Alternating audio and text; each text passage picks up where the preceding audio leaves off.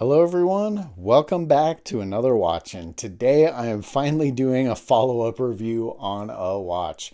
Yes, I know it's been a while. There's been mostly box openings because they're just funner and I have a stack of watches to go through. Before we get to that, we'll do a quick wrist check. You'll see that I am wearing my Hell Gray Vigilante. I actually like this one a lot. It gets quite a bit of wrist time, and weirdly, I went back and looked at the box opening video of this watch, and this was the watch of the day that I was wearing. Go figure. Also, guys, if you're looking to save a little bit of money, I've got discount codes for Spinnaker, Aviate, and Ballast. And if you're signing up for watchgang, click my link below. It gets me like 50 wheel spin points. I think it gets you some too, like 50. And that's actually how I bought this watch. I used my wheel spin points. This was a tier 3 watch from watchgang, which means if you were to have bought the points outright, it would have cost you about $285 for the points. I like the case. The box, it looks like a little battery, which is cool because it's the Electricianz. The watch we're going to take a look at today is the Mokaz. I still have no clue how to actually say it properly. So it does give a little bit just kind of how it works. You know, the code is to get the user manual, which is also on the warranty card. I actually found out a little bit more information of the watch from looking at the owner's manual. Go figure. So the Mokaz from the Electricianz. I really love this watch, honestly. It is probably one of my most asked about watches these days. I love kind of the skeletonized design on a quartz watch. I mean, you've got the battery on display, you've got the conductor on display, you've got, you know, kind of the specs on the battery, 3-volt lithium battery. We've got the Hertz 32768 Hertz on this one.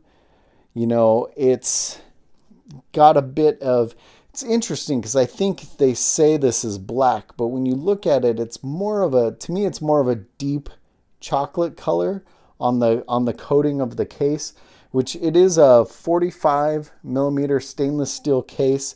Kind of cool. They actually said the opening size, which is 38 millimeter. I don't think I've had too many other watches that gave you the opening for the dial diameter. But that case is coated.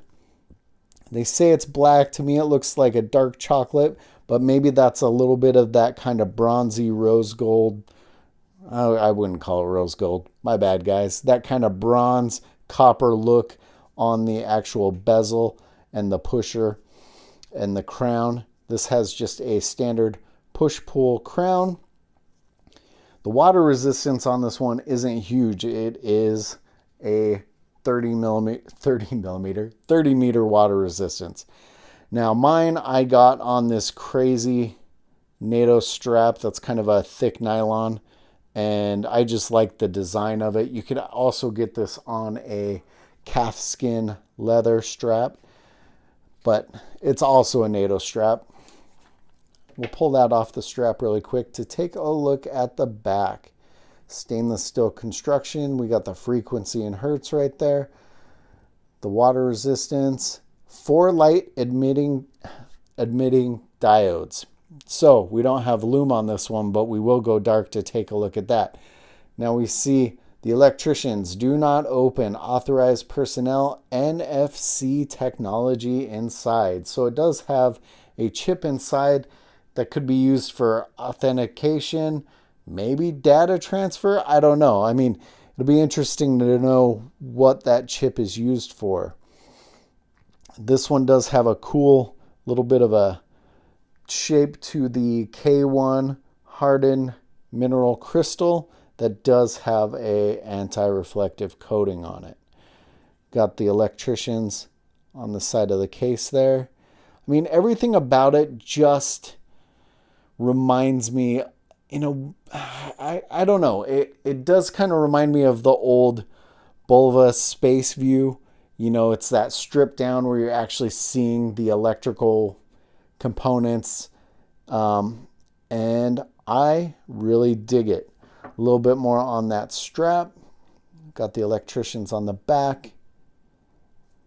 Little bit of a design on the buckle. Nice kind of brushed hardware. So a little bit more about the movement. Now, this one, the electricians say it has an exclusive in-house electrical or electric module. And I couldn't find out a whole ton of information on it. But when I did go into the instructions, it said the movement is based on a Miyota 2033 movement. And it has plus or minus 20 seconds a month. Now the interesting thing about that is it a Miyota 2033 movement that has been modified? Is it a similar design movement?